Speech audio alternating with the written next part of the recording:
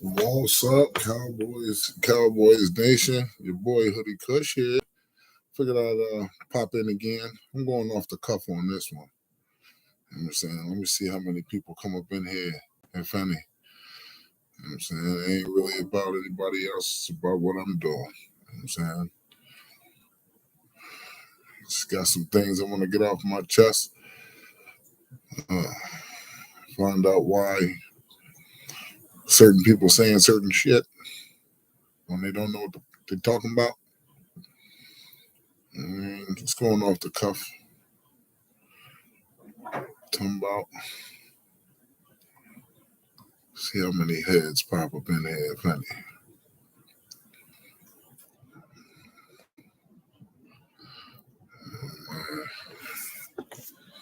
Well, while I'm waiting, I want to grab myself a drink.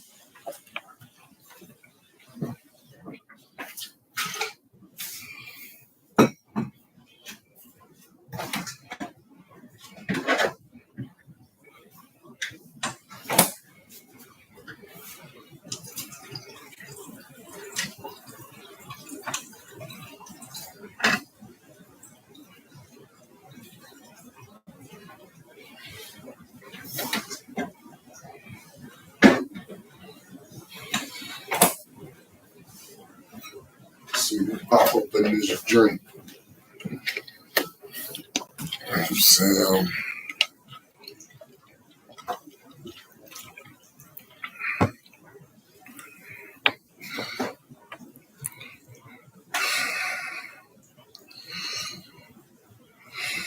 Okay, let's get started, man. Going off the cuff. It's just one of those days. So I'm sure everybody heard. Everybody already know. Don't worry, Monday's tomorrow. So if you don't know, ESPN will tell you if you listen to them. But I figured, if you listen to our Cowboys content creators, you already know. So apparently this morning, Cavante Turpin was arrested with a firearm and a green leafy substance, which I'll be rolling up in a hot second. Scratch my back, Jesus. Which I'll be rolling up in a hot second.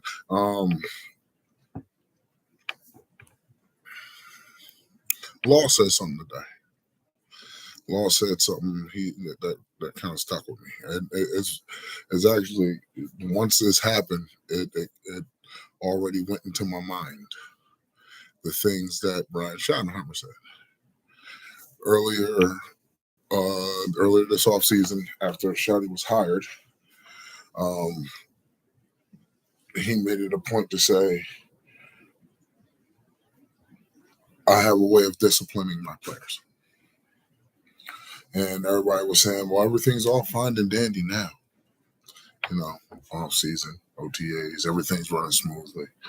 The energy in the building's high. You got the rookies really stepping it up. You got Dak back healthy.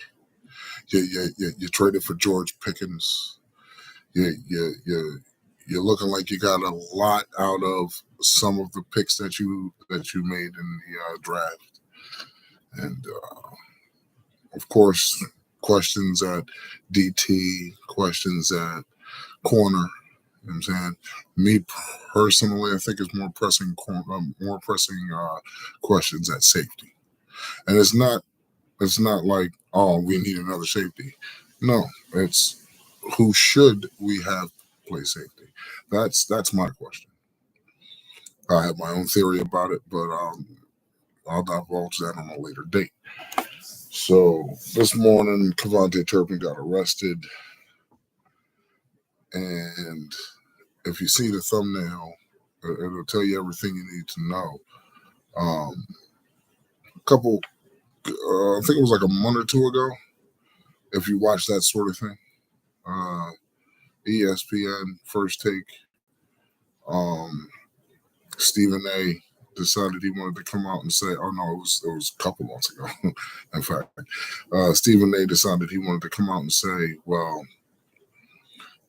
Is Dak Prescott even the most respected player on his team? I didn't want to turn this into a Dak thing, but I'm going to. I'm going to. There's a reason. Bear with me. Is Dak the most respected player on his team? Because they say the quarterback is the leader of the team. That's your general. It's the guy who's taking all the bullets. Apparently, he gets all the credit when the team is doing good, and he gets all the vitriol when you lose, or at least Dak Prescott does. Seems like everybody else gets excuses. Well, upon Devontae Turpin's arrest,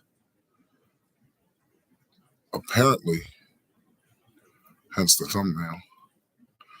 Apparently, let me make sure I got this 100% correct for you. Let me make this 100% correct for you guys. It says, my guy, shout out to my man Ernie the Cowboy fan on X. He posted something that said, sources say Dak Prescott left Sunday Mass this morning and immediately called his people, who then contacted the Collin County clerk's office. Prescott was able to get a judge to come in on a Sunday and proceed to bail Turpin out. There's no better teammate than Dak Prescott.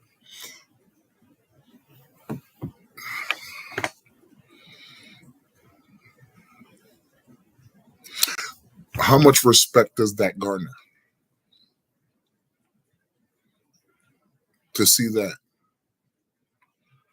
When I first saw it, I thought it was going to say he got a judge to come in on Sunday to get him and SJ married.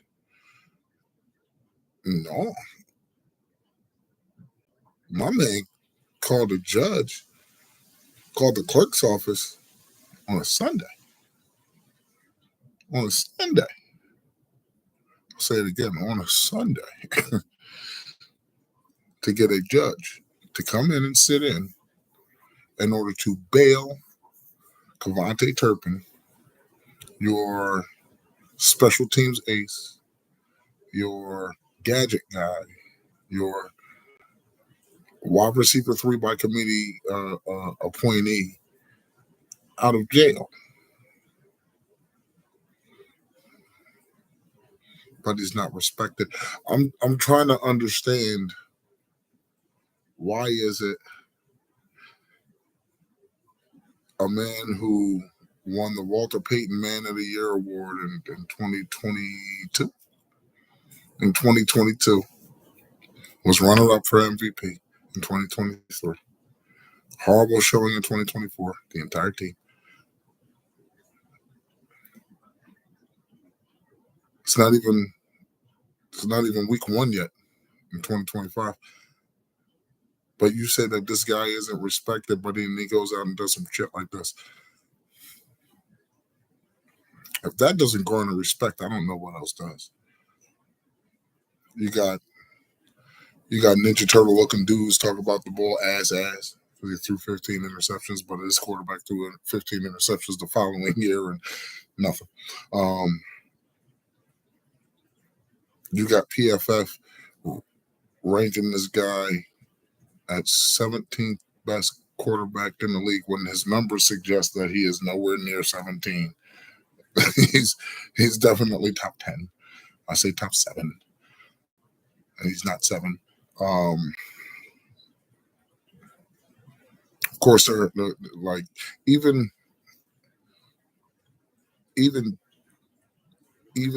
Joy Taylor had to come to her senses and let the world know PFF is wrong. Here's the thing. You can see it on film. But that doesn't his play has nothing to do with him as a person. To say that this man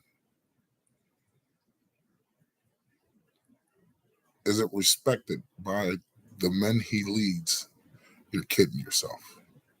You didn't hear Michael Parsons C.D. Lamb, George Pickens, Shoddy. You didn't hear Clayton Adams, Junior Adams. You didn't hear Eberflus. You didn't hear Jadon Blue, Maffa, Javonte Williams, Miles Sanders. You didn't hear those names. You heard Dak Prescott, Rain Dakota Prescott. Had the wherewithal when leaving Mass to have the pull, to have the cojones to call a judge in just so he can get his guy released from jail, from custody. But he's not respected. What are you on, drugs? What are you? I promise you that won't be picked up tomorrow, though. Guarantee it. I guarantee that won't be picked up tomorrow. That part right there will not be picked up tomorrow. Dak Prescott leaving church to call in the county clerk to talk to judge to bail my guy out will not be talked about. But what they will talk about is, oh, well, there's trouble already. There's trouble in Cowboys land already. It was pretty quiet for a little while, but now it's trouble. Because my man got caught with a pistol and some young tombouts. I'm not understanding. I mark my words. That will not be covered. Dak Prescott getting this man out of jail will not be covered. And if anybody covers it, it's going to be our own content creators. Those who are in the know. The ones who hate Dak Prescott, they're not going to say a word about it. I promise you. They're not. If they do, they're only doing it for clicks. I promise. They're only doing it for clicks. And all they're gonna do is say, oh well, if he could play as good as if he was the quarterback, the caliber of quarterback that he was, than he is the caliber of man he is, we'd have been won Super Bowls. Guarantee you it'll be spun that way. Well, damn, he can get people out of jail, but he can't lead us to the Super Bowl. Well, he led your asses to the playoffs quite a few times. So after that, it's just still all on the quarterback. All season long has been on the QB. And when we get to the playoffs, now it's still on the quarterback. No, it don't work that way. It don't work that way. Jerry, what's the deal, my guy? How are you, bro? I'm telling you, man, it's crazy. Like, Jerry, I'm sure you heard. Kavontae Turpin. You know what I'm saying? Kavontae Turpin getting arrested this morning and all that. But what you don't know is who got him out of jail. It wasn't Kavontae Turpin who got him out of jail. I'll give you 3 guesses. You type that in the chat. I'll give you 3 guesses. In fact, that you're just getting in. Exactly. The dude who gets no respect. The dude who gets no respect. That's what they say. They say he gets 0 respect, but I guarantee you it won't be covered tomorrow. You're going to hear about Kavontae Turpin, but you're not going to hear about Dak Prescott leaving church to get him out of jail on a Sunday. Not a Monday, not a Tuesday, a Sunday. Like, that's crazy. You will not, I promise you, you will not hear it. You will not. And if you do, you're going to hear it from us. You're going to hear it from the CFTs. You're going to hear it from the Vox Lombardis. You're going to hear it from the Brian Broaduses. You're not going to hear it on mainstream TV. And if you're lucky, what is that? The Joy Taylor show, John, with Mike Irvin and Keyshawn, they'll probably say something. But I guarantee you that won't be the leading story. That will not be the leading story at all. Like, you didn't hear Shoddy. You know what I'm saying? You would have thought Shoddy, but no Shoddy. But he's going to hand down a punishment. I guarantee he's going to hand down a punishment. I don't know what it'll be. It all depends on what the NFL does. I mean, the NFL loves to stick it to the Cowboys, so we'll see what happens there. Mm-hmm. But yeah, man, it baffles me how some will say he won't be suspended. I don't think. Well, I mean, will Sam Williams did Sam Williams get suspended uh, with his little soiree, the gun and the powder? I can't remember. I'm not sure if he got suspended or not. Okay, he did. All right. Well, if he gets suspended, then I mean, but honestly, I'm not worried about what the NFL is going to do. Shotty said himself, he understands. He's a coach. He's a player's coach. He's a player's coach.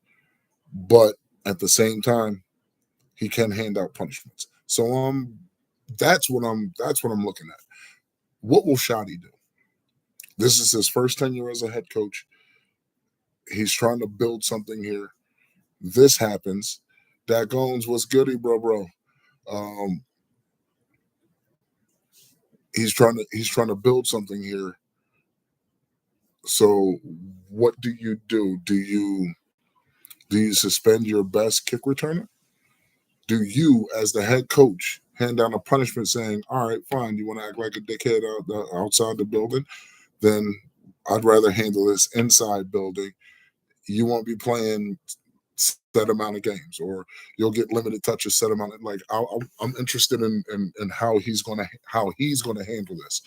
You know what I'm saying? That's gonna be the one. That's gonna be the part. So I'm just going off the cuff tonight, fellas. You know what I'm saying? After this, after reading the John, reading the John, my man Ernie the Cowboy fan put up, I was like, yeah, you know what? I'm going on. I gotta speak on this one because it's just insane to me how all season long. Now his play has nothing to do with him as the man. Let's make that clear. Dak Prescott's play has nothing to do with him as a man. Okay, but to suggest that a person who won the Walter Payton Man of the Year in 2022, he was a runner-up in MVP. He deserved it. I call him the MVP, but he was a runner-up to MVP. Horrible showing last season, but now this, like again, his play has nothing to do with him as the man. Dak Prescott, the man, I've always thought from the beginning, quintessential. He is the consummate gentleman. He is the consummate man. You know what I'm saying? He carries that. You can see it. You can see it even when he steps out on the field. You can see it. You know what I'm saying? Like Dak Prescott is somebody you want to follow. Dak Prescott is somebody you want to root for. You know what I'm saying? And if you don't, you're a fool. Just saying. If you don't, you're a fool. Because with all the people who have so much vitriol and hatred towards the man for what I don't know, it's mind blowing. It's mind blowing. It's mind blowing to me. You know what I'm saying? How was everybody's holiday weekend?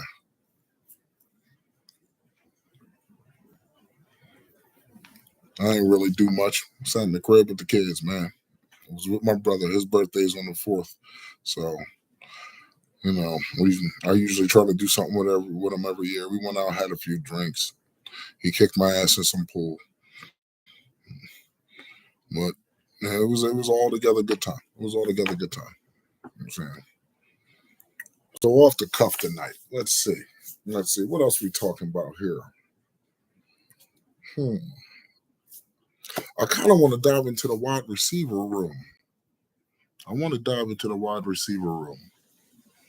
All right. When you look at this wide receiver room, does it invoke fear?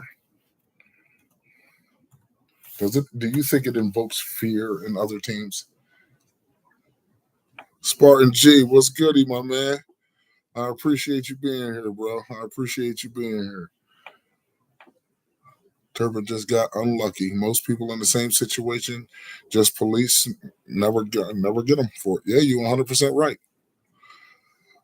Okay, so I know Lamb and Pickens is crazy. I know that. I'm talking about the ancillary guys. I'm talking about the Toberts, the Mingos, the Flournoys, the Josh Kellys, even the what's the trade what's his name? Travion Henderson. What's his name? What's his name? The UDFA we got.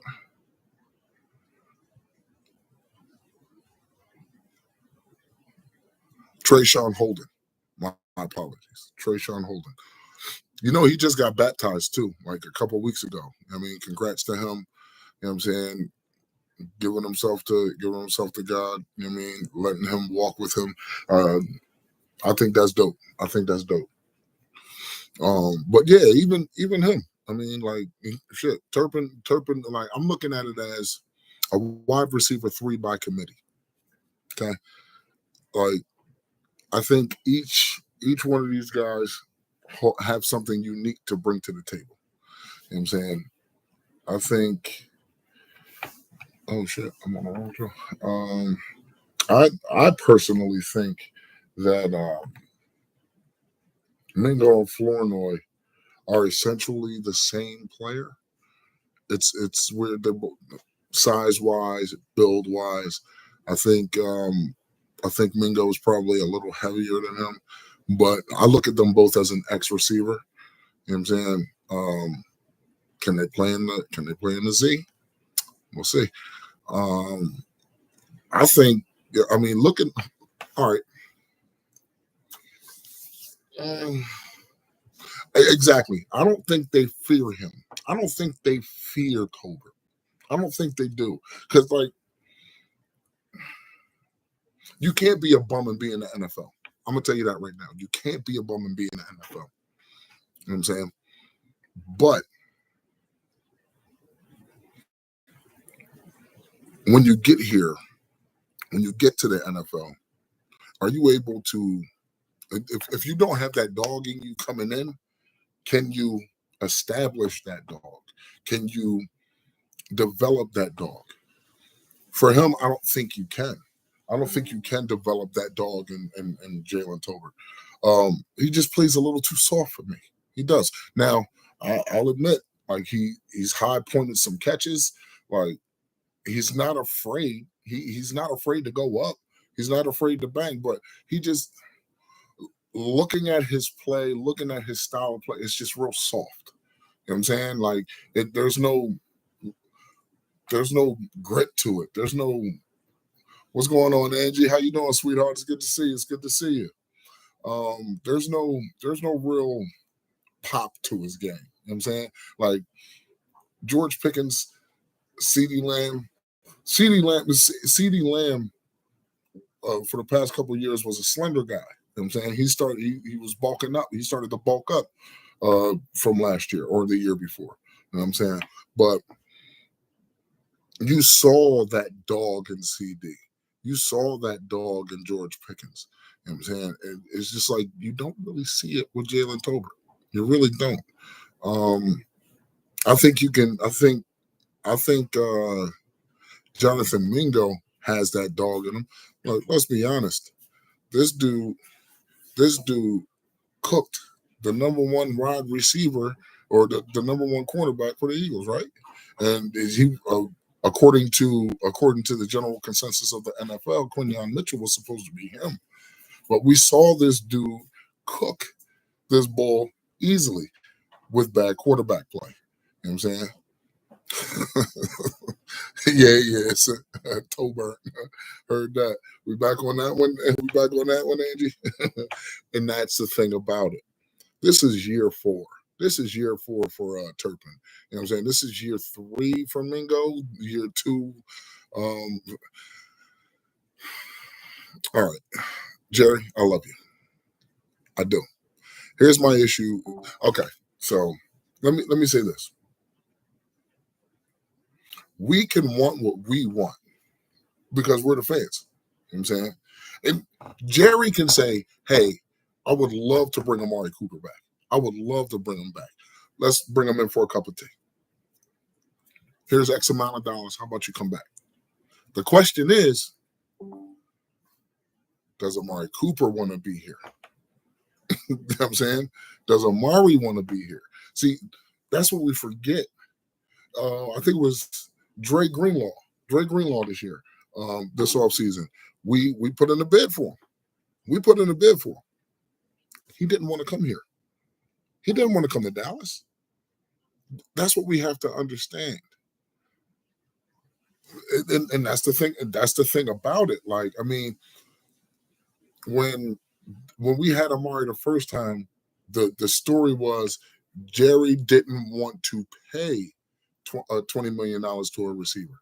Well, now he's paying 35 to a wide receiver. You know what I'm saying? Ooh, the irony. You know what I'm saying? Like,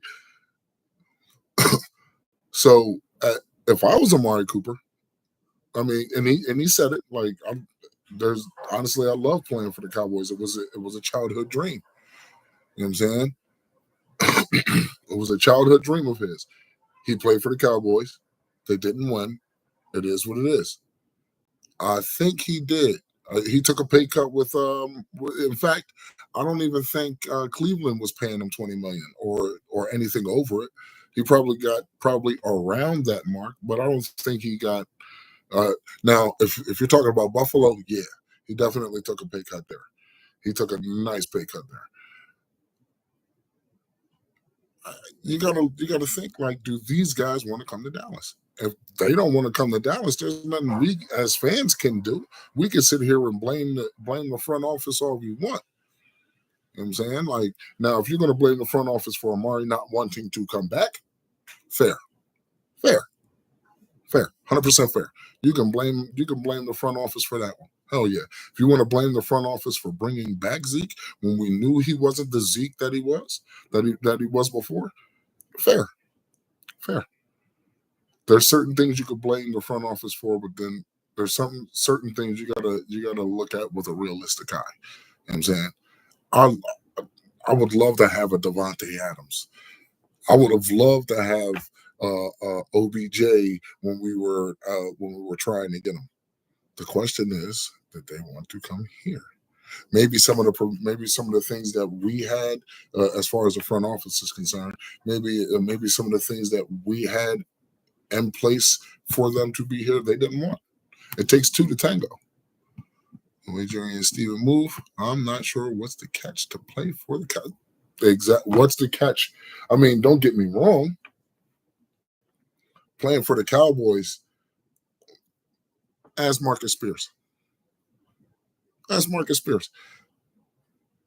Not casting disparagement on the young man, but Marcus Spears probably wouldn't be the Marcus Spears we know on ESPN without the Cowboys. He definitely put in the work, and it's well deserving. Let's make no bones about this. But that Cowboy star means something, especially after your career. Tony Romo, seriously, if he played for anybody else and he fumbled the snap in the divisional game where we could have went to the NFC Championship in 20 years instead of 30, you know what I'm saying? If he wasn't here, if he was on any other team, he would not be an announcer anywhere. He would not be making the money that he makes. The star. That's what it is. Now, with that, there's a caveat.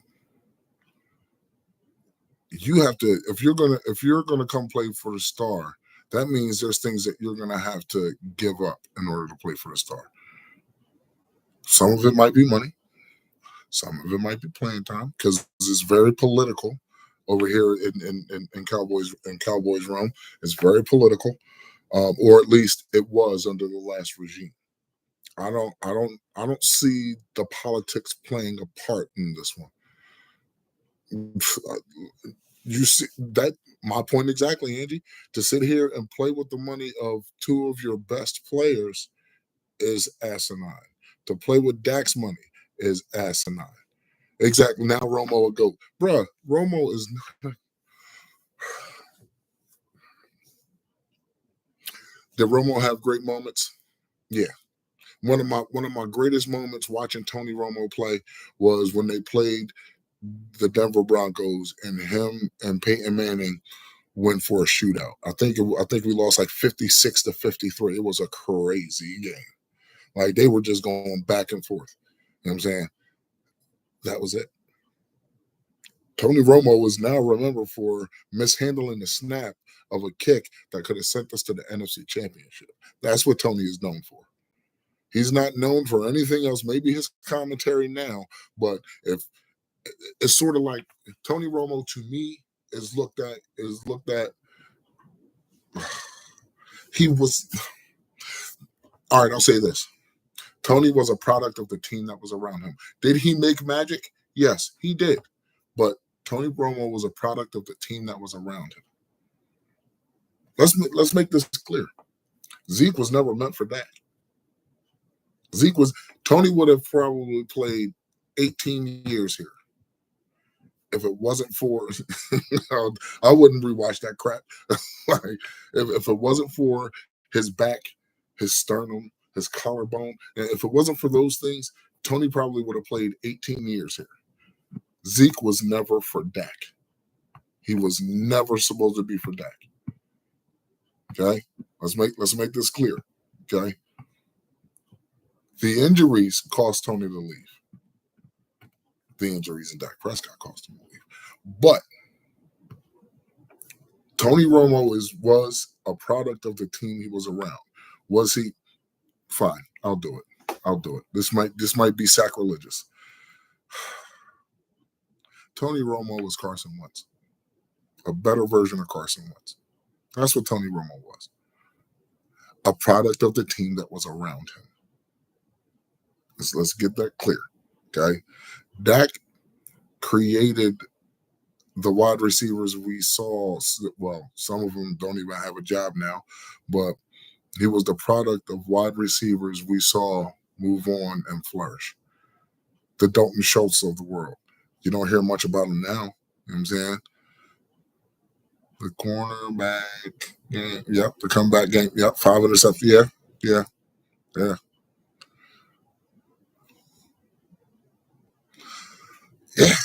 Got his team looking. Yeah. Cooked like Wentz too. Yes, he did.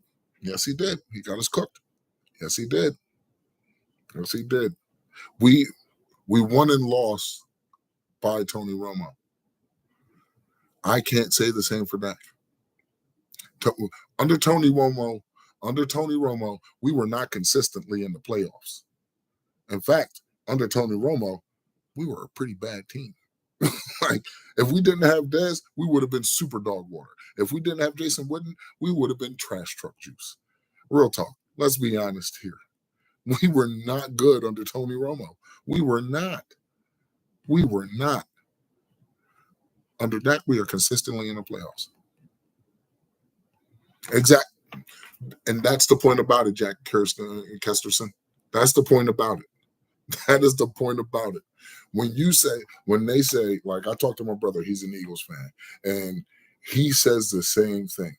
Can't be the reason why you lose. Dak makes bonehead decisions. He costs us. He makes mistakes in games that'll cost us the game. I disagree, because if you look at the playoff games where he threw interceptions, they were all in the first half. Tony will throw a pick at the end of the game that you need to score. All right, we need a win here. We need a win. Oh, well, guess what? Tony just threw it away. Like, so I'm not like, for those who say Romo is a GOAT, there's only one GOAT I see, maybe three GOATs, if you want to call them that. You got Tom Brady, Joe Montana, and probably Terry Bradshaw. I can't put Troy Aikman there because he was a product of his team. He was a product of the team that was around. He's a Hall of Famer. He's a Super Bowl winning quarterback. He's never been an All-Pro. Maybe he has. I'm going to have to look that up. But I can't put Troy in that conversation. You know what I'm saying? Like, true. Terry was a product of You're 100% correct. You're 100% correct, sir. You are 100% correct. In fact, let's keep it a stack. All quarterbacks are products of their team. Save Tom Brady. No, even he was a product of his team. It was the design around them. So you're right, Dak Holmes. You're 100% right. Terry was a product of his team. Joe was a product of his team. All quarterbacks are a product of their team. Can they elevate their play? That's the question. Can they elevate their play? Because if you can elevate their play, say in the playoffs, yeah, you can put Marino up there. Definitely. Put Namath up there. You know what I'm saying? You can put you can put the greats of the greats up there. You can. Oh no, I'm not putting them on the Mount Rushmore. Mm-mm. No, I fucking hate Pittsburgh. I would never do that. Like ever. I'll put Staubach up there. What? That's number one in my book. But yeah, man, you can't like for anybody to say that Tony Romo's a GOAT, you're kidding yourself. You're kidding yourself. I watched enough football in multiple eras. I'm 43. So I've watched enough football in multiple eras to discern the good ones from the great ones. Our issue is and always has been for the past 30 years, we can't get it right at the same time. Offense might flounder, might stumble. The defense is playing great, i.e., both San Francisco games. The offense is doing great. The defense can't stop a nosebleed. Rams, like Green Bay. Like, we could talk about them. Not the second one, the first one against Aaron Rodgers.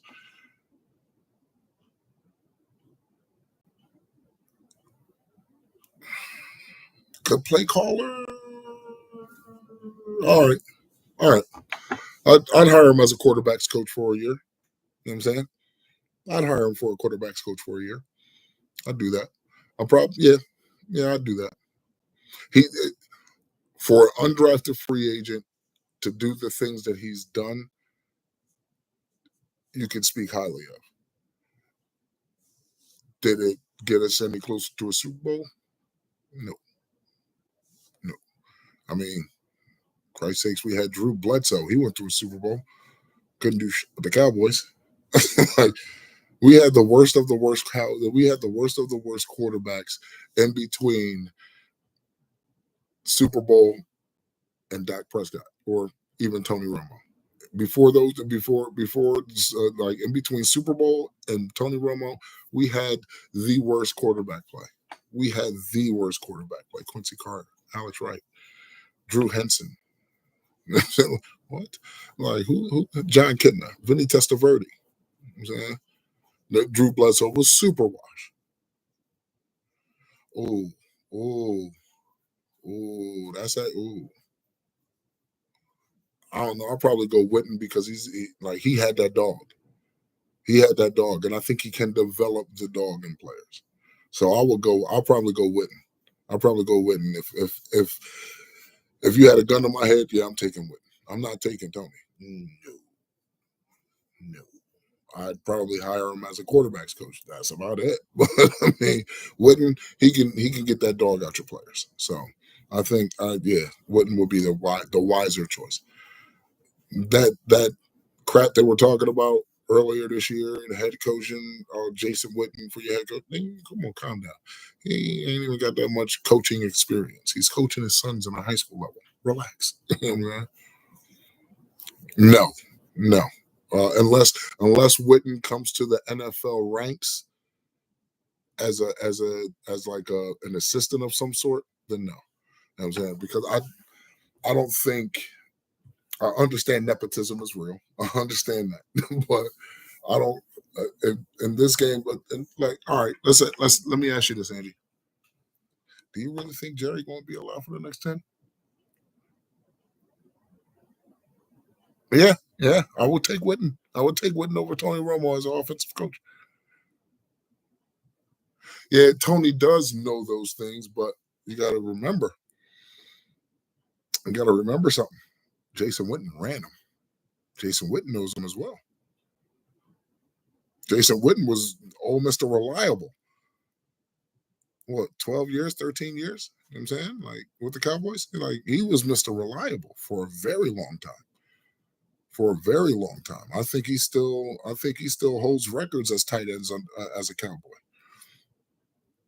Exactly. I don't think there's going to be here that long, and I don't think Steven is going to go that route. Well, yeah, let's bring in Jason Witten. I don't think he's going to go that route. Witten was very tough. Witten was he was Gronk. Witten was Gronk without the meatheadedness. You know what I'm saying? Like, if that makes sense. Exactly. He does have some. I mean, it may be at a lower level, but he does. He doesn't. And remember, think about it. Right? We're sitting here talking about coaches. This is Shotty's first head coaching job. He's been an assistant, uh, uh, um, uh, a pass game coordinator, OC, most notably. No, you can't. You cannot hire a high school coach. That would not be what. Who was the guy in Jacksonville? Uh, dear God, Urban Meyer. Come on, you saw what happened there, Urban Meyer. That's not to say college coaches can't come into the NFL and make hay. They can. You know what I'm saying? Because if you look at it, right, if you look at the game the way it is now, yeah, still pro style, and then you gotta if you're gonna hire a head coach out of college, you're gonna want to hire one of the head coach one like a head coach out of college who plays in a pro style offense or a pro style a scene. You know what I'm saying? Those are the kind of guys you're going to go for. You're not going to go for, uh, I don't even know the coaches, like Debo Sweeney. You're not going to go for those guys. They don't play pro style offenses. They don't play pro style game. You know what I'm saying? So that's a tough one. That's a tough one. I'm gonna have to get back to you on that one. Maybe Law Vach can shed some light on that for me. You know what I mean? Okay. I was actually gonna try to avoid talking about these guys, but that goes. You got me, bro. All right, so let's talk about it. Let's talk about it. The Pigeons, week 1. We get the Pigeons on week 1. What do you guys think is going to happen? What's your prediction if you have one? Me personally, I always think we're going to come out with the win, but I'm a realist. 35-30. It's not a bad score. It's a pretty good game. Close game. I'm going to keep it 100 with y'all. We know what the Eagles like to do, offensively and defensively. And we also know that defensively, they're not the same team that they were. Just like they know defensively and offensively, we're not exactly the same team we were. Just because we have, I'm going to be honest. I'm going to be honest. I'm going to keep it a stick with you. Last year, game 2 was the first time Saquon really did anything against the Cowboys. Game 1, he was held to 66 yards. Game 2, all right, yeah, he ran ruckshot over a bunch of backups, a bunch of ancillary pieces. You know what I'm saying? But historically, Saquon does not play good against the Cowboys. He really doesn't. He really doesn't. For some odd reason, I guess it was just a New York thing. I don't know.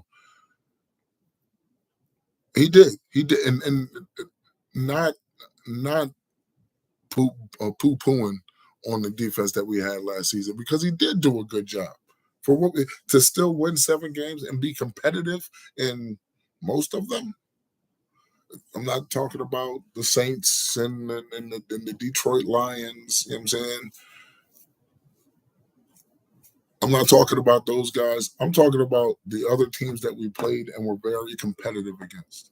The teams where they're saying, oh, well, the Cowboys is going to get smoked anyway. But we end up not getting smoked. The Bengals game, for example, you know what I'm saying? He did. He had an unreal season. The question is, can he repeat it? Will they have the same level of success? You know what I'm saying? I personally don't think it's going to happen. I don't think that they can repeat that. Will it be something close or something like it? Maybe. I mean, it depends on how they evolve.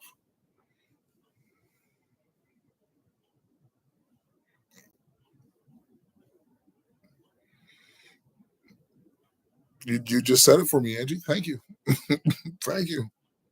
Teams looking at that Super Bowl last year, looking at the teams that they played last year, the teams that got beat up and gashed and punched on by these dudes, the offense that they had was predicated towards a running style offense. If you look at what we've done, we added an element to our team that may change the tide, right?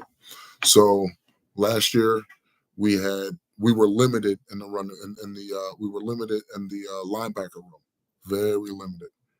They do have a new offensive coordinator. I don't know about a defensive coordinator, but definitely just an offensive coordinator. Kellen Moore is with the Saints.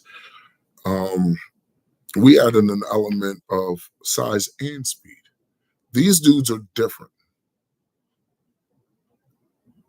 I think they did too. Nope, exactly. He's been in the league what 8? I think he came the year after Zeke, right? 2017.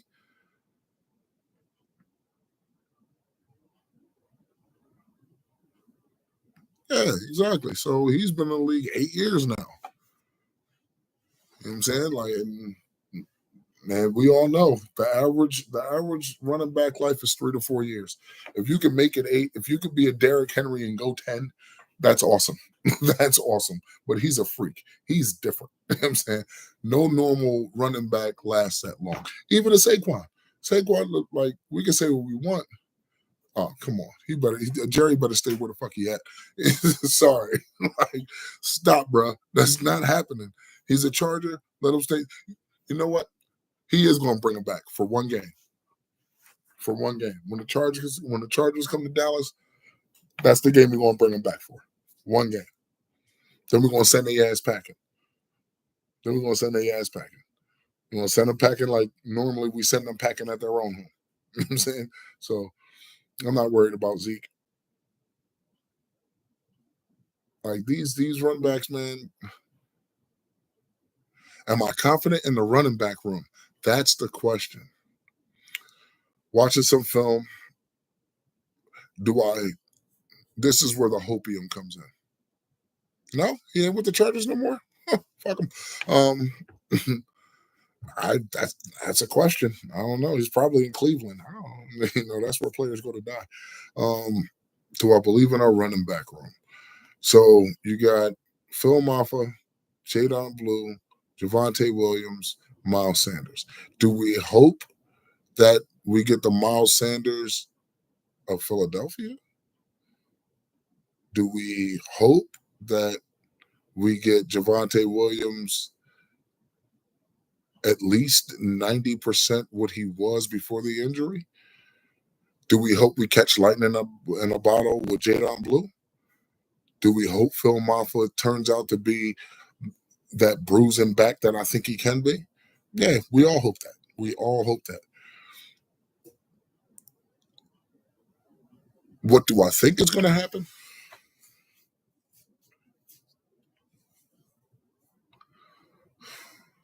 OTAs is one thing. OTAs is one thing. Underwear Olympics is the Underwear Olympics. That's one thing. When the pads come on, you can tell me Miles Sanders flashed in OTAs all you want. There's no pads. There's no one hitting you. You know what I'm saying? There's no game speed. They're not moving at game speed. You know what I'm saying? Or at least I don't think they're not moving at game speed. Javonte Williams, 2 years off an injury. It's very plausible that you could come back healthy and ready to go. Jadon Blue, you're a fresh new face. No one knows you. No one knows who you are. Maybe DeMarvion Overshown and Bijan Robinson. You know what I'm saying? Phil Maffa. Watch a film on the kid. He's dynamic. He's nice. I need to see him at an NFL level. Hunter Lipke, I promise you, Hunter Lipke is your fullback / tight end. He's got a spot on this team. Hunter Lipke still has a sponsor in the building, and Lunda Wells and Shotty. So Hunter Lipke's here. The question is Deuce Vaughn. Oh, yeah. Hunter Lipke is very underutilized. If you remember that the Oakland game, the Oakland preseason game, where it was in fact Will Greer's last game. It was in fact Will Greer's last game as a Cowboy in 2023. Yeah, 2023. That offseason. And Hunter Lipke was everywhere. He could block, he can catch out the backfield, he can run routes. You know what I'm saying? I think he had a touchdown or two. I'm not sure. I can't remember. He definitely showed that he can play at the NFL level. Yeah, no shade, bro. No shade. No shade taken. Unfortunately, I don't think Deuce will have a spot on this team. And if he does, it'll be on the practice squad. You know what I'm saying? Right. It'll be on the practice squad. Because if you're undersaturating the special teams, if you keep Deuce, you're taking a step back. You're oversaturating your running back room. For what reason, I don't know. Because if you keep Deuce and he's on the 53, that means you're taking snaps away from a Jadon Blue who has 4.2 speed.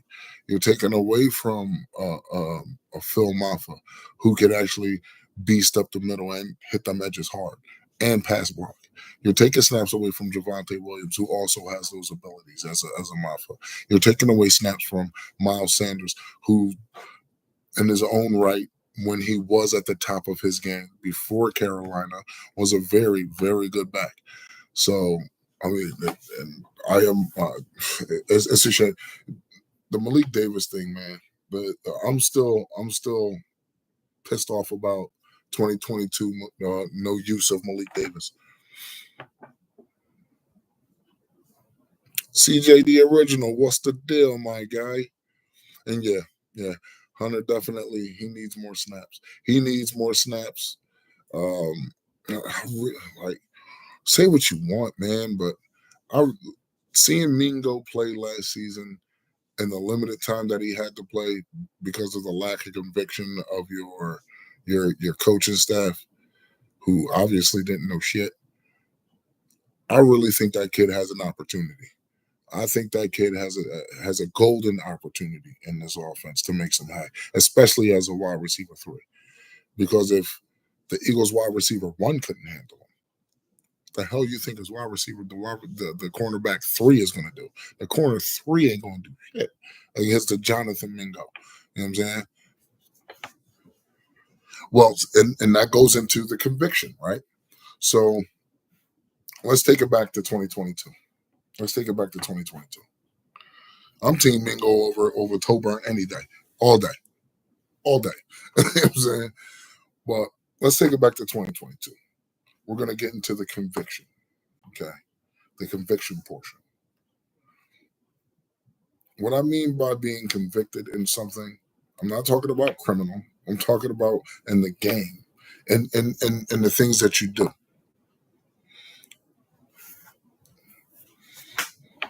Go ahead, CJ. Say that again. I'll say it for you. I'm starting to think Mike was a secret mole damaged us from within, looking at that Malik game, and I had his fat ass back last night. Bruh, that's what I'm about to get at. Tony Pollard goes down with the broken leg.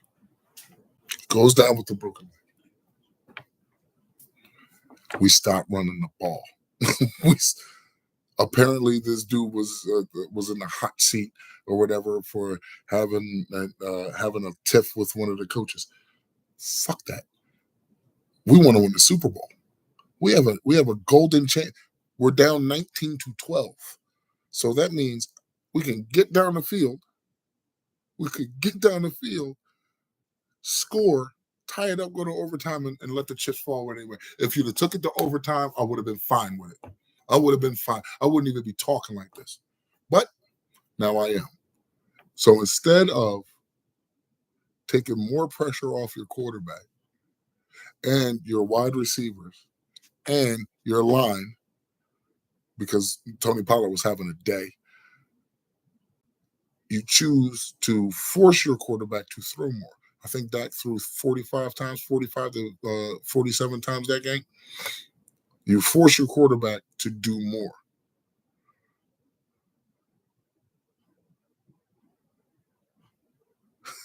Heard that.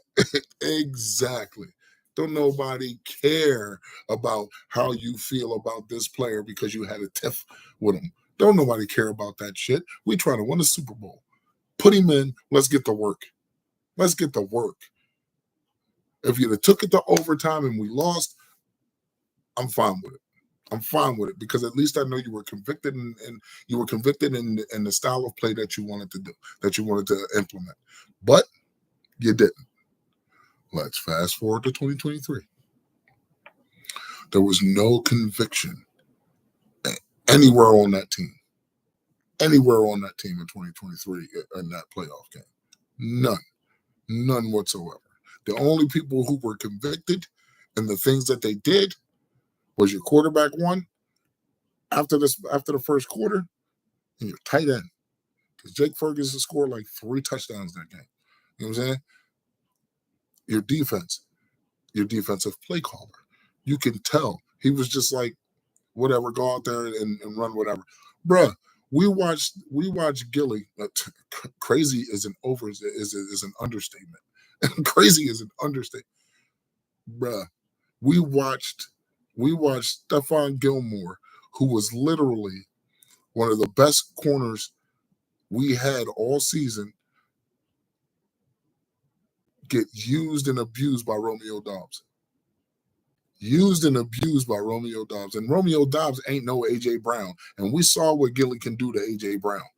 We saw that with our own eyes. You know what I'm saying? I watched my secondary get torched. Get torched. Micah.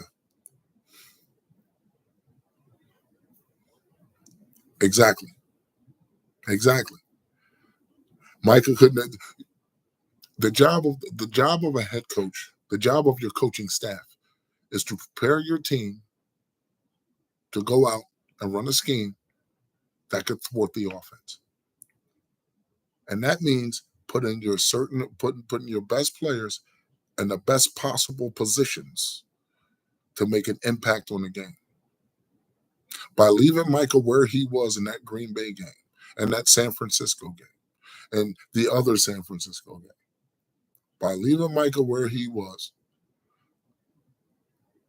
you gave the offense the opportunity to scheme properly for him. We made no adjustments. You know what I'm saying? And that's not just a coaching thing. It's a player thing, dude. Like, I'm not going to absolve the players because they're the ones on the field. So execution does matter.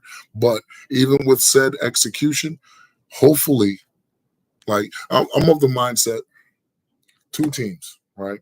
You have both teams have an offensive game plan and a defensive game plan. Okay, couldn't do nothing. They couldn't do nothing.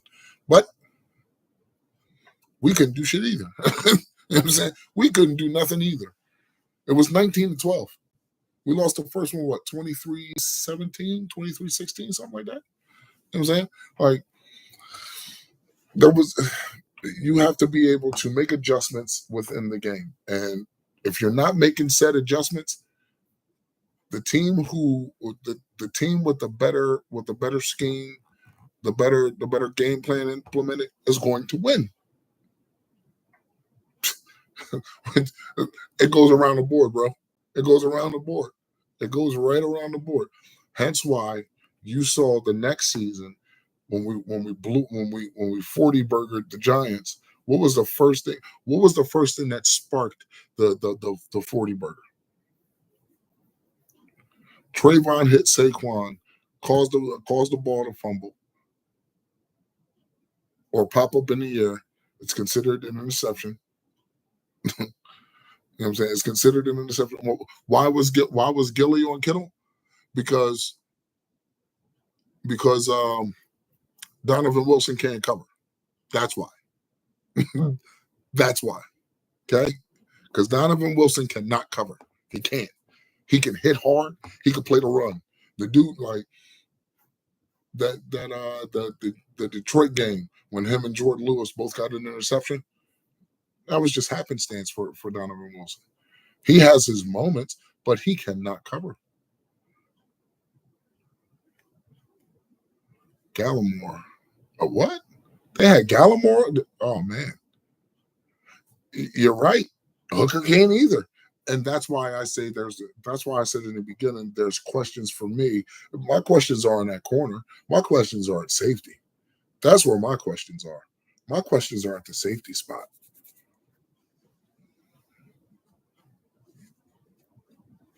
I got you. I dig it, CJ.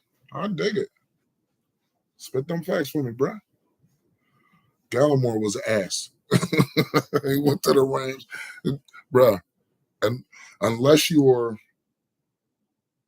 a top tier player when you play for the Cowboys, nah, fuck that. Because even Tyron Smith was ass over in the Jets. So we're not even going to do that. I'm not even going to do that. Dalton Schultz, maybe? I think he was the most notable one to have a pretty decent career after the Cowboys. Could we? Could we use Neville Gallimore?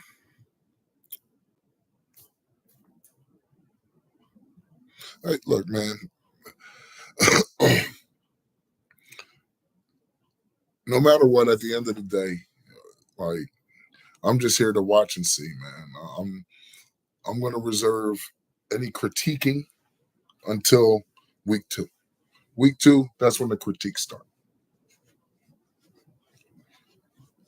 That's when I'll take Big Hank back. Yes, I will take Big Hank back. I will go as far as it's a shame too, because when we got Jordan Phillips, when Jordan Phillips came here, I thought we was going to be a problem. I thought we was going to be a problem until I saw Jordan Phillips bust through the line. He has the quarterback in his sights, and instead of going after the quarterback, he goes right back after the offensive line that he already dirted. I don't understand that. Like, I don't understand. Like, I don't like. It's a lot of stuff that happened that got us to this point. So now that we have a new head coach, a new coaching system, I'm eager to see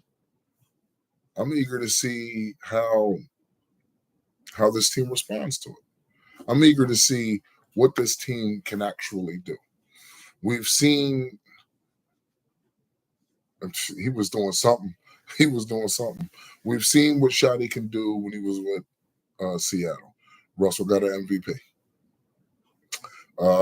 We've seen what he can do with the Jets, 2 AFC championships.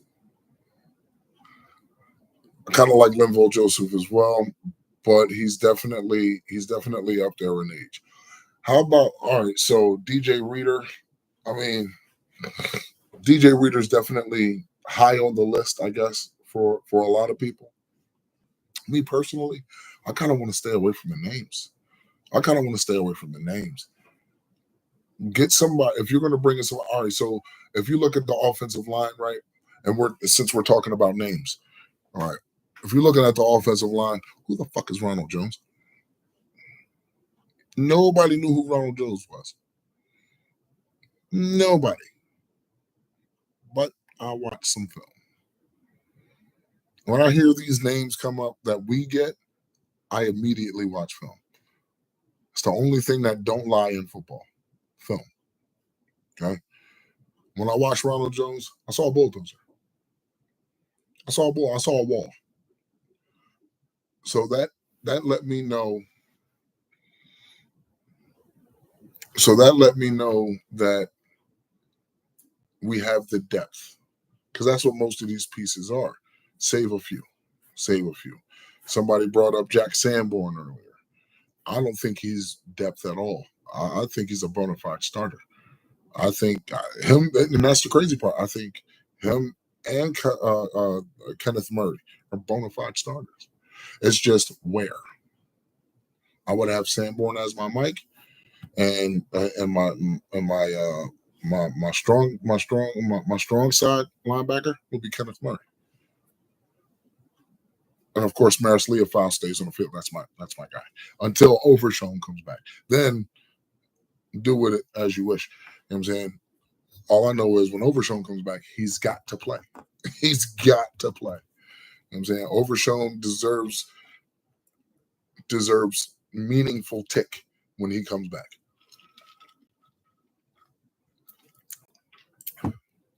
Excuse me. Terrence Steele gets a lot of flack, man. Terrence Steele gets a lot of flack.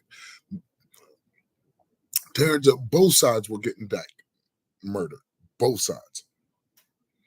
La'el Collins was solid. La'el Collins was solid. I did like La'el Collins. I don't understand why that marriage ended. But yeah, both of them were getting Dak cooked. I'll give 10% of that to the players. I'm giving 90% of that to your offensive line coaching. I'm giving 90% of that to your coaching. I'm sorry. I got to give it to your coaching because that shit matters, bro. Duke Manyweather said this about Cooper Beebe. I'm sure you guys already heard it. You know what I'm saying? Said this about Cooper Beebe. Cooper Beebe he was thrusted into the center position without any real coaching to go along with it. It was more like they treated him and Tyler Guyton as plug-and-play players. All right, no coaching needed. He said he played a little bit of center in college. He didn't just during practice. But he gets in, and I'm not going to say he was phenomenal. He was good. He was damn good. He was damn good for his first year. Damn good. Tyler Guyton, not so much. Tyler Guyton only played 8 games in college at the right side, not the left.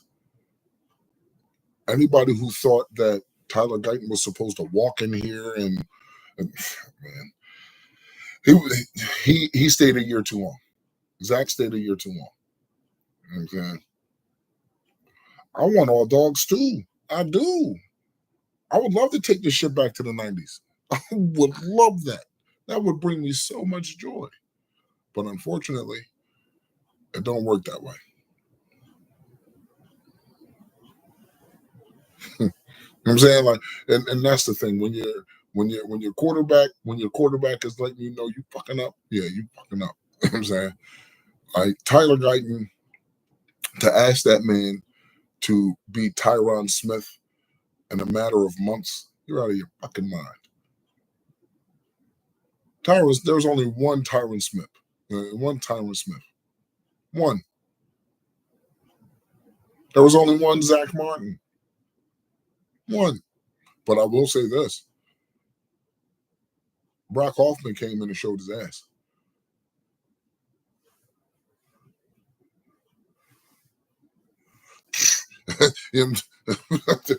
Listen, Orlando's getting. Oh man, wow. Yeah, Anthony Brown. Yeah, that was a bad time. That was a bad time. Oh God, takes me back to that OBJ catch. Ugh, disgusting.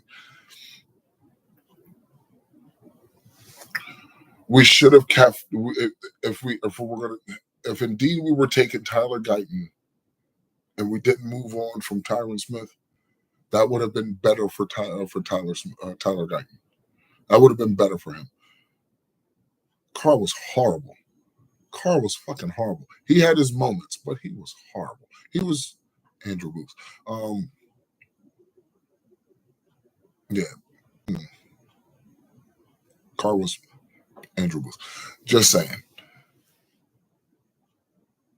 We fell into cornerbacks. I promise I'm happy with all our corners now. Yes, sir. Yes, sir.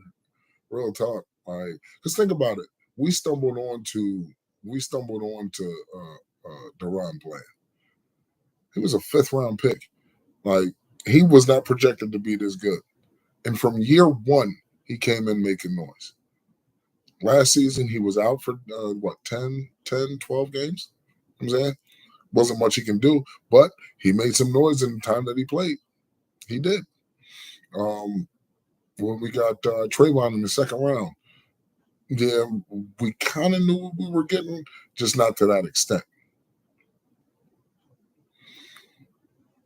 I'm hoping that Savon Rebel is ready at least by week 1, because at least then we'll have options.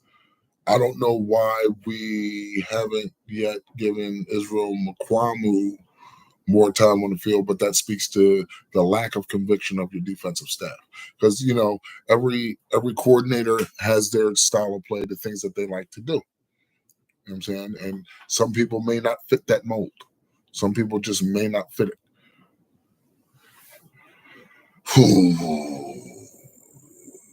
You would really want to trade Bland? I mean, for what?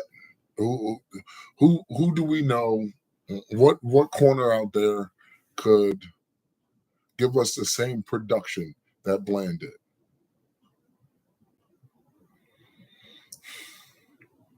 Well, I mean, you do have Savon Rebel. You do have Israel Mukuamu, Keemon Hall, Kyer Elam, Elijah Clark. I mean, he's a safety, but I'm pretty sure he can get in there as a cornership. Wanye definitely. I mean, if there was any one tech I would want, it would have been Campbell, Calais Campbell. For some odd reason, that dude just he defies time. You know what I'm saying? He's back with Arizona. That dude defies time. I don't know what's up with this ball, but he defies time. Well, luckily, Tyler Smith agreed to his 5th-year option.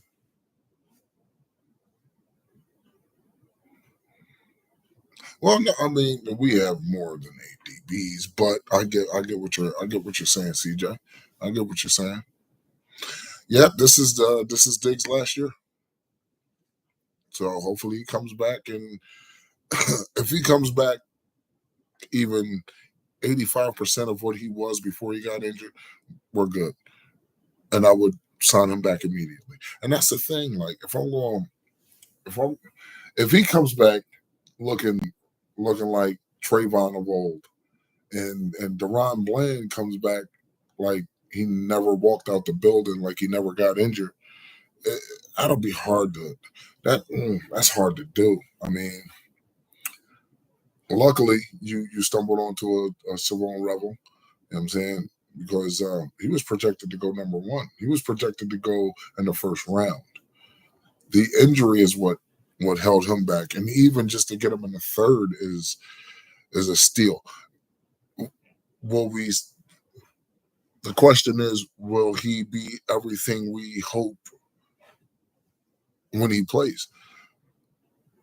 And then on top of that, you got to understand, we also got a Kyer Elam, who was, I believe, a 1st or 2nd round draft pick. We picked up Kenneth Murray and a Jack Sanborn, who were in the top 3 picks. Like, not the top 3 picks, the top 3 rounds, who were in the top 3 rounds. Who else did we get? We got a bevy of defensive players who were picked high, who were projected high. You know what I'm saying? I wish we would have kept J-Lo, but at the same time, I mean, if you keep J-Lo, that means you're moving off of Bland, regardless. You're moving off of Trayvon Diggs, regardless. You're moving off of him. You probably won't even pay Micah. You'll probably just want to continue to pay your offense. No, No, Diggs is Diggs Diggs had a 4-year, $86 million. That was in 2022, wasn't it? I think it was 4 years, $86 million.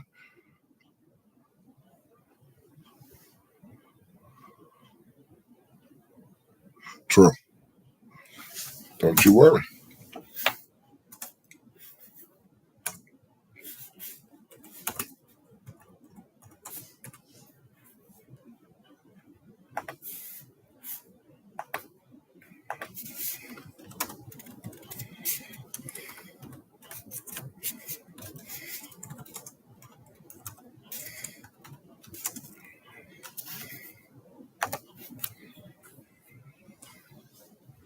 Yeah.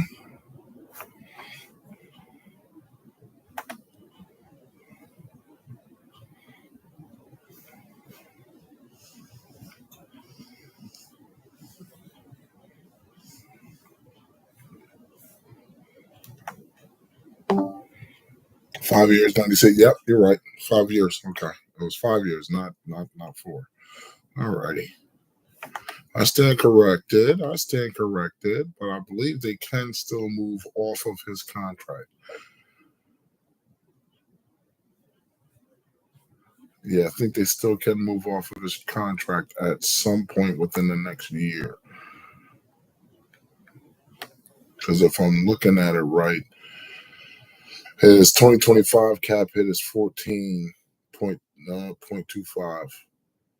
26, 19. Yeah. Yeah, I think they can get off of his contract as early as 27. They can get off of his contract as early as 27.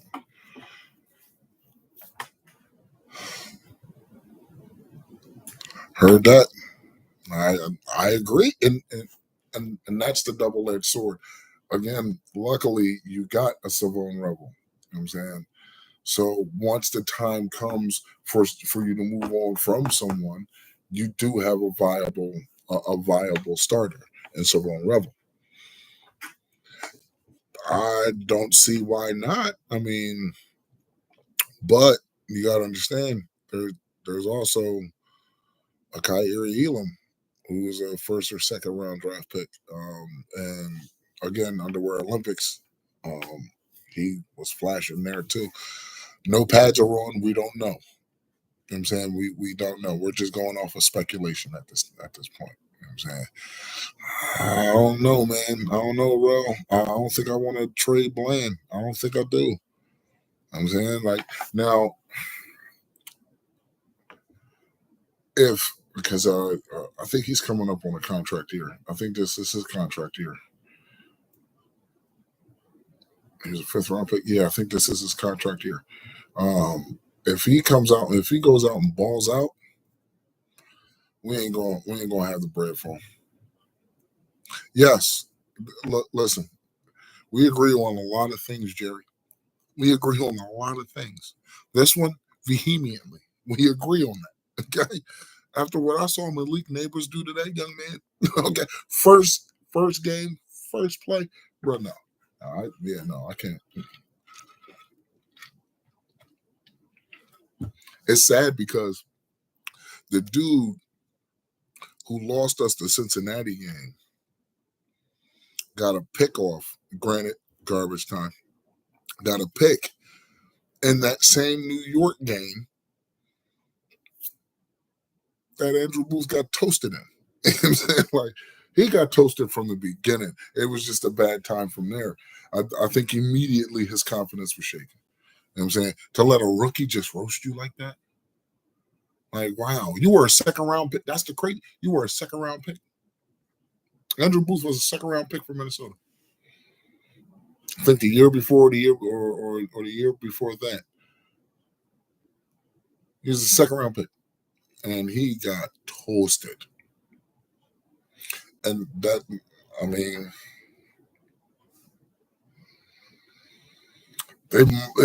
I can see that. I can see that happening because I don't think they want to pay that premium. Look at what J.C. Horn got, like, and J.C. Horn didn't do half of what DeRon Bland did. You know what I'm saying? He didn't even do half of what DeRon Bland did in 23. He didn't. He didn't do shit. He still ain't caught up to DeRon Bland. There's no other cornerback in the league aside from Trayvon Diggs who has more interceptions. Trayvon don't even, yeah, he does. Yeah, he does. Yeah, he does. So save Trayvon Diggs, who has more interceptions than DeRon Bland in his first 3 years. His first 2 years.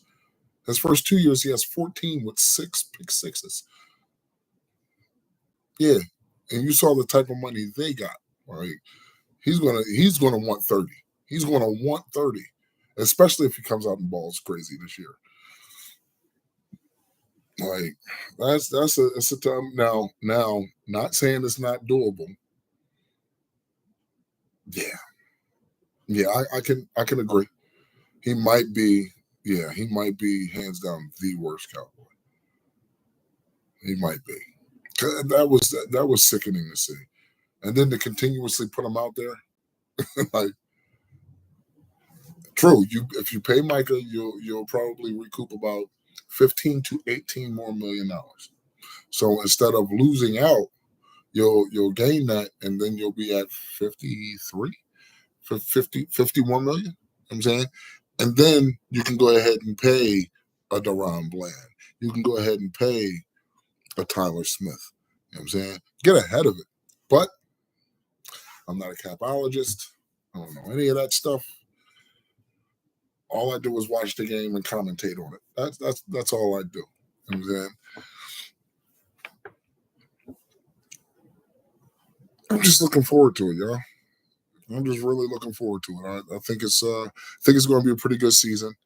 Oh, come on. Come on. Angie, I love you. No, not at all. Not even in the slightest.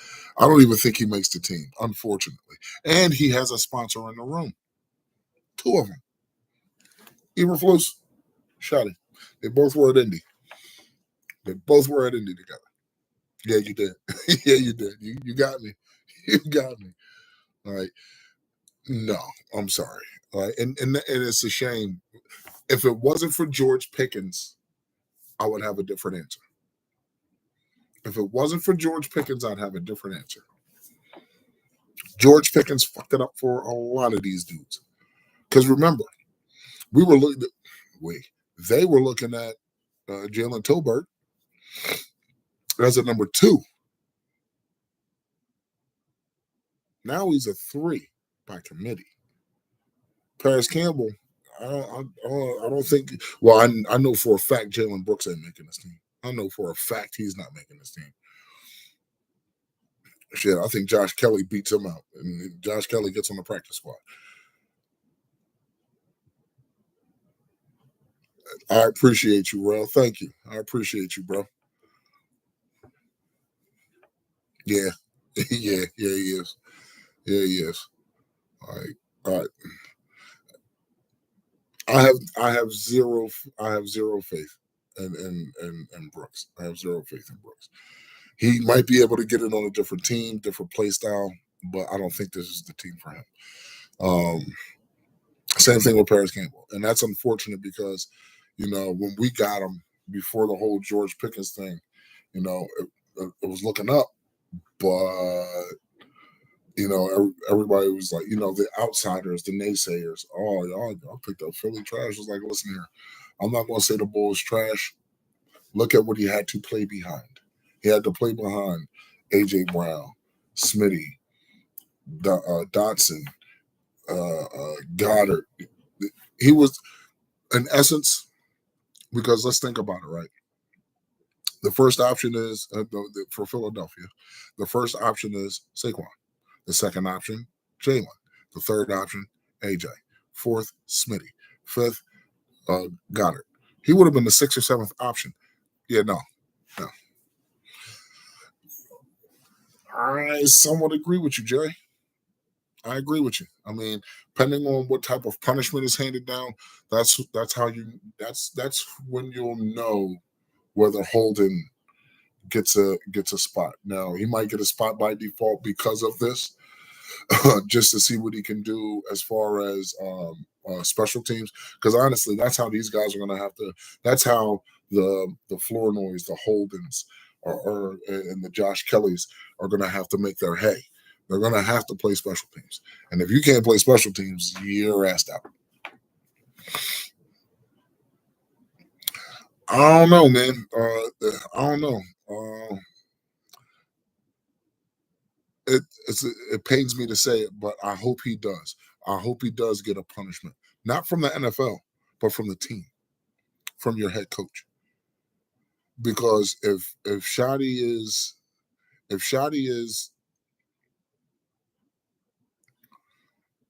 oh well, I got him doing that. That's regardless. If Shotty is true to what he says and what he said, I expect a punishment. I expect a punishment. He might not miss a game. He might not miss any games. You know what I mean? If it's not the NFL handing it down. You know what I'm saying? If it's Shotty handing it down, he might not miss a game. Who knows? But yeah, listen. Yes, he did. Yes, he did. Not Micah. Not Osa. You know what I'm saying? And I feel you. I want my best on the team as well. I want my best on the floor at all times. I do. But at the same time, we are men. And there has to be a level of accountability. You know what I'm saying? Like, don't get me wrong. I think Kevontae Turpin is probably one of the fastest guys we got on the team. He's a gadget guy. He's a hell of a gadget piece. You know what I'm saying? And now I think we have the coaching staff that'll actually allow him to open up more, and that's going to pay dividends. I know that. But at the same time, we're men, and accountability has to be held.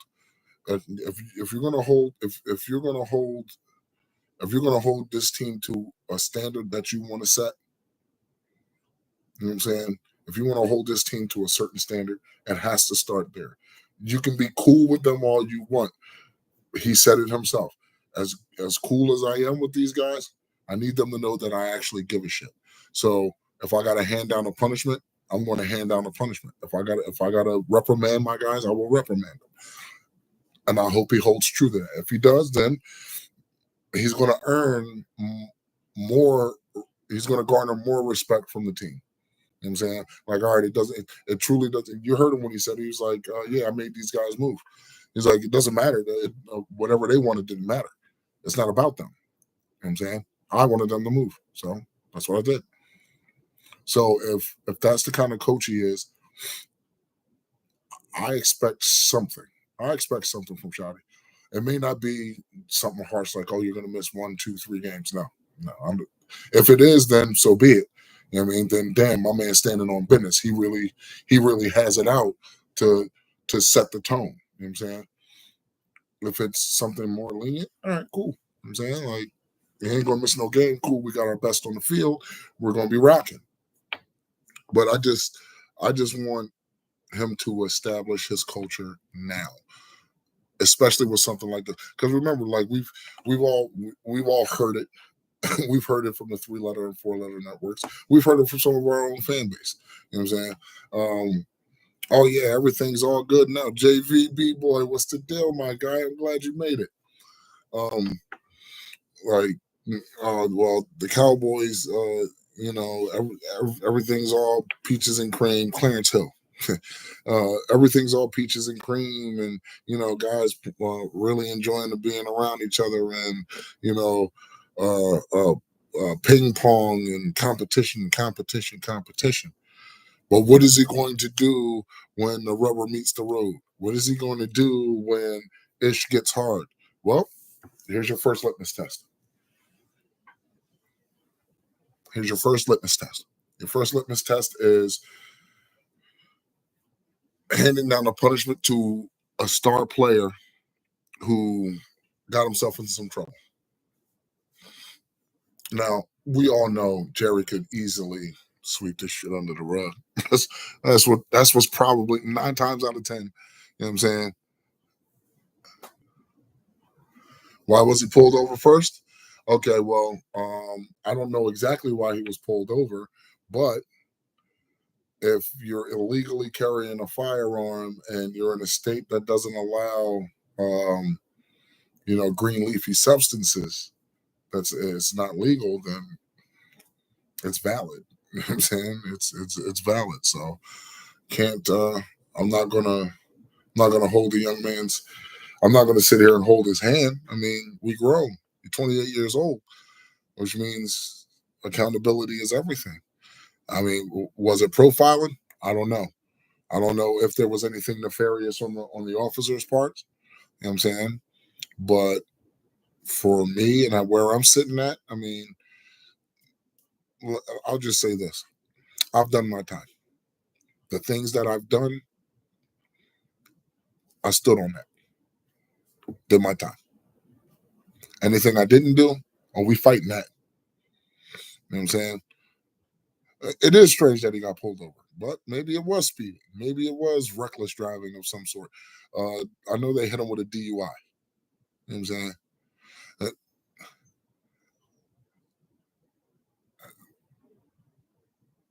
I I don't know the particulars to the T. You know what I'm saying? And we all know 3.5 ain't shit. We all know that. But it's also at the officer's discretion, or at least in my state it is. I live in Jersey. You know what I'm saying? Hey Sadiqa darling, you good? I'm glad you're here. Um, I don't know how serious. I mean, let's just say this: they were both misdemeanors. They weren't felonies. You know what I'm saying? They were. It was all misdemeanors, just misdemeanor shit. You know what I'm saying? But still, you know, everybody in this chat knows that it could be something small that could turn into something big. That's what it sounds like. All right, I got you. And cops are sometimey out there. I think that goes. I think that goes everywhere. Honestly, cops are sometimey everywhere. You know what I'm saying? If they want to fuck with you, they're gonna fuck with you. It is a petty charge. It is a petty charge. It's being overblown because of who it is and who he plays for. You know that. Mark my words. Mark my words. The only thing you'll hear is, "Up, Cowboys are back in the news again. This time it's some trouble in Dallas. And what is Shotty going to do? Is the culture really changing?" This is what you're going to hear. But what you won't hear is that Prescott left Mass this morning, got on the horn with his peoples. His peoples called the county clerks to get a judge in, so he could bail him out. Dak bailed him out. That's what you won't hear. I live in Magnolia, New Jersey, like Deptford County. I'm not from here. I'm from Chester, Pennsylvania. I'm from across the street of the chicken coop, the pigeon coop. You know what I'm saying? You know, what is that? The Philadelphia Stadium. Yeah, I live like across the street. Technically, I'm from Chester. Fucking hate, fucking hate Philadelphia. Unfortunately, I got to drive through there every day for work.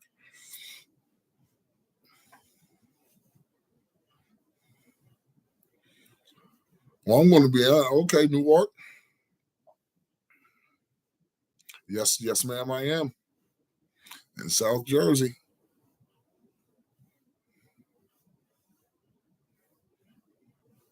Oh yeah, definitely.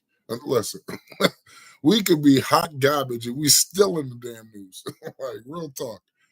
Okay, all right, Sadiqa, Jersey City, always. When you stab the nigga in the neck, like who's gonna kill him? Like, Jerry got that swept under the rug. Actually, it's not. It's not. I enjoy it. Angie, check it right. 227. My brother is a big Eagles fan. 2017, they won the Super Bowl. Go over his crib after I got off of work. They won the Super Bowl. He's, this is all he's ever wanted his entire life. You know what I'm saying? He's 46 now, just turned 46 the 4th of July. So they won the Super Bowl. He's like, yo, bro, I know you're a Cowboys fan, but fuck it. Like, you my brother. Come down to the city with me. I'm like, come out of the city? He's like, yeah, we're going to go down Broad Street. Fuck it, let's go. Rolled up a few. We went. I'm Dallas garbed up. Dallas garbed up. I'm a douchebag, bro. I am a douchebag. Dallas garbed up. I get out of the car in the middle of Broad Street. Okay? I get out of the car in the middle of Broad Street. And then all the chants come. Dallas sucks. Dallas sucks. The fuck is that pussy doing here? I'm not saying nothing. Smoking a cigarette. Just sitting there walking alongside the car because it was a standstill. You know what I'm saying? We were inching along. And we're like, yo, bro, you got to get back in the car. I said, no, I'm chilling. He said, bro, I can't fight everybody. I said, I can. He's like, oh, you tripping. I'm not tripping. So I end up, long story short, get back in the car, everybody making it home safe. That's the type of dude I am around here, Angie. I am an asshole of epic proportions. I will go to a Philadelphia Eagles preseason game when they ain't got shit to do with the Cowboys, wearing a Dak Prescott jersey proudly and dare somebody to see something. That's the type of dude I am out here. I don't really care about where I'm at. I don't. I mean, the Eagles fans, you have quite a few wild ones around here. But for the most part, they ain't about no trouble. It's just trolling. You know what I'm saying? They talk or whatever. When they get their beer in them, maybe they'll want to get tough. But for the man, it's sweet out here. It's sweet out there in Philly. Don't worry too much about it. Oh, hell yeah. Hell yeah. All facts. 100% facts. They talk all the talk on the keyboard. When you're right in front of their face. I gave that Addy to a few. I shot that Addy to a few. Like, oh yeah? All right, well, there's my door. All you gotta do is just come to it. Like, I shot that Addy to a few. Well, 43 now. I got babies. I don't be into nothing. I just sit here and mind my business. That's it. When football season comes around, they start trolling. I start trolling. You know what I'm saying? They want to get physical. Okay, it's up to you. So I'm just happy to be here. I'm just happy to be here.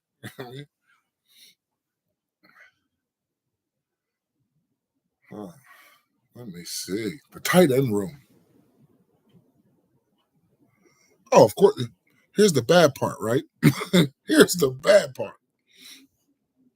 There was this program back in the 80s, like right amidst the crack epidemic. It was a program that was implemented out here in Philadelphia called the No Child Left Behind program. I was in third grade when this plan was implemented. Okay, I was in the third grade.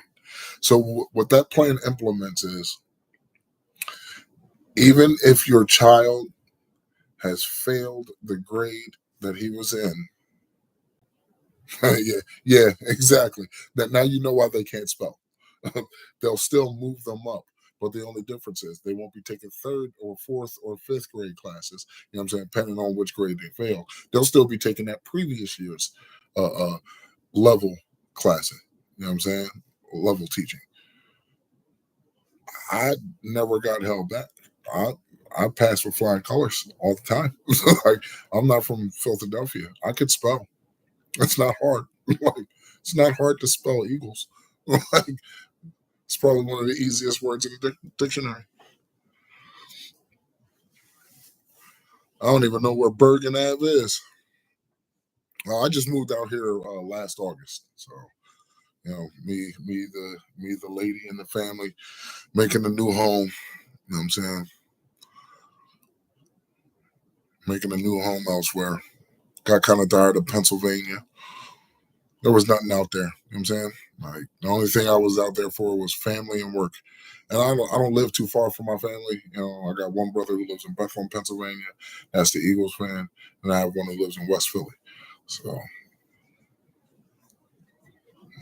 other than that, well, my sister's kids, I mean, they all live in that general area. We probably do, Rel. Most of us probably know each other. We just don't know it. You know what I'm saying?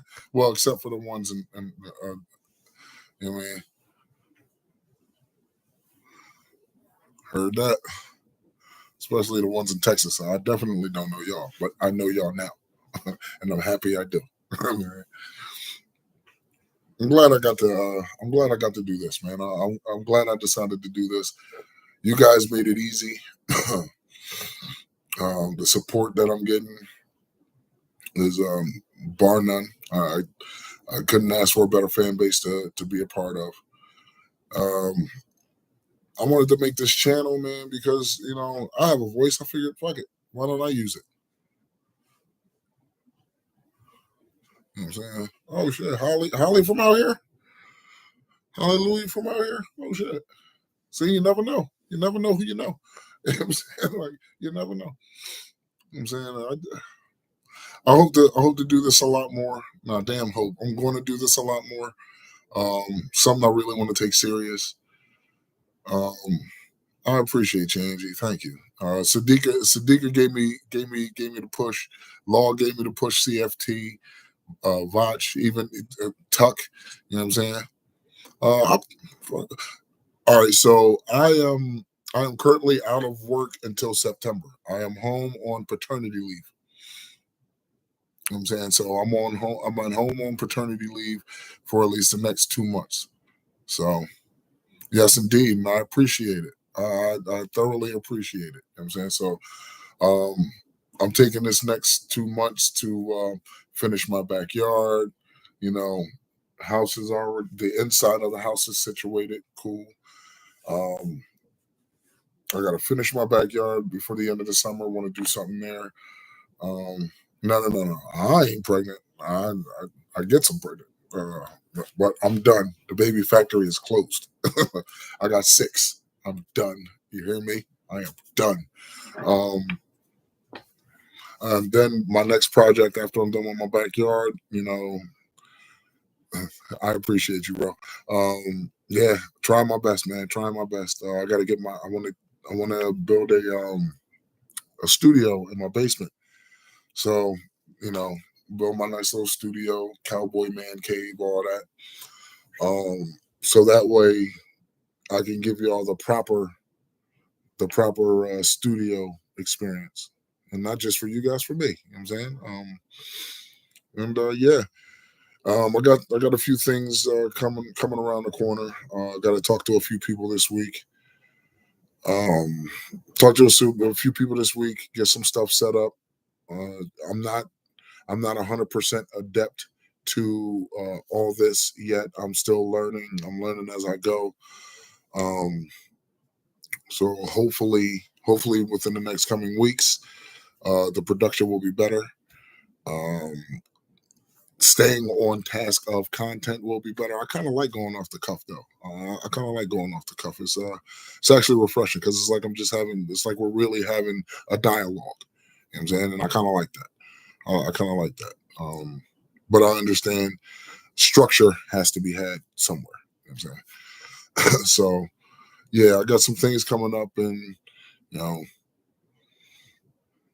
yeah, I mean, there's no better way to engage with people unless it's like on the fly. You know what I'm saying? Like, let's just have a conversation. Let's talk some shit. You know what I'm saying? Like, you know what I'm saying? So I think I might be doing this a lot more. So going live, I might be going live again tomorrow. Maybe tomorrow, Tuesday, Wednesday, Thursday. Look, I'll go live at the drop of a hat. You know what I'm saying? It probably won't be until babies are in bed, of course. But yeah. So but I also understand that everybody has jobs and you got your own lives. So I mean, if y'all cool with this hour between 10 and 11, 9:30 to 11, 9:30 to 12, I'm up. You know what I'm saying? So I don't mind hopping on. I don't mind giving you my thoughts. I don't mind having a conversation. You know what I'm saying? This has been fun. Yeah, yeah. You know what I'm saying? Like it's real mellow. The night before work, then with the news that we got today, the night before, the national TV, the national stations decide they want to act like douchebags. You know what I'm saying? And I promise you, they'll find some way. They'll find some way to make it about Dak Prescott. In the worst way, though. In the worst way. Oh, hell no. Hell no, I ain't gonna forget. First 10K? Listen, I'll take it. I'll take it. I'm just happy to have the viewers that I have. I'm happy to have the subscribers that I have, you know? I mean, I'm just a regular guy. You know what I'm saying? Just trying to fit in this space. And you guys are making it easy. Making it easy because I'm just, you ain't the only one, sister. Making it easy because I've created dialogue with you guys prior to this. You know what I'm saying? On other people's shows. I appreciate you. I appreciate you, Sadiqa. I got you. I got you. No problem. You know what I'm saying? And about that thing you spoke on last night, yeah, definitely not. I'm sure said person has somebody in here watching. Somebody gonna go back and say something, or you probably gonna view it like, oh yeah, this boy doing this, and yeah, all right, listen. I'm not here to tear down another man. You know what I'm saying? Like, you do your thing, I want to do my thing. I mean, it's enough content creation for everybody. You know what I'm saying? I'm not gonna sit here and act fake. You know what I'm saying? And put on airs. I would love to listen. If I could get out the Oxnard, I don't care. Like, I don't care if it's for a day. I would love to get out the Oxnard. I have to okay it with the wife first. That's the hard part. That's the hard part. Because we had our baby April 24th. So he's only a few months old. And yeah, we have 2 more under 5. You know what I'm saying? I have 3 other children, but we have 3 in home. So we have a 3-year-old, a 2-year-old, and a 2-month-old. Yeah, been busy. So yeah, getting her to okay that it's going to be a fight, but I mean, it's worth it. It's worth having. I appreciate y'all. I appreciate you. Thank you. I appreciate that. I mean, I think he's a little under the weather. He's been like spazzing for the past couple of days. This is the quietest he's been. I'm saying, I appreciate you, mama. Fuck them all. Fuck them. I don't give a fuck about those dudes. Anybody who got something bad to say, or if you're gonna sit here and try to tear down another man, and nobody needs to be around you. You know what I'm saying? I'm all about positivity. I'm all about positivity. Positivity and growth. But with that said, I've been in here almost 2 hours. It is about that time.